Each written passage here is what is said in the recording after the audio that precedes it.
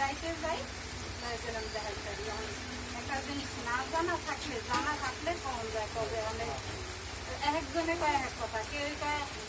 সকালবেলা এই খেলায় কয় আপনারা কালকে শুক্রবার হেডিংয়ে 24 ঘন্টা রাইতের আসা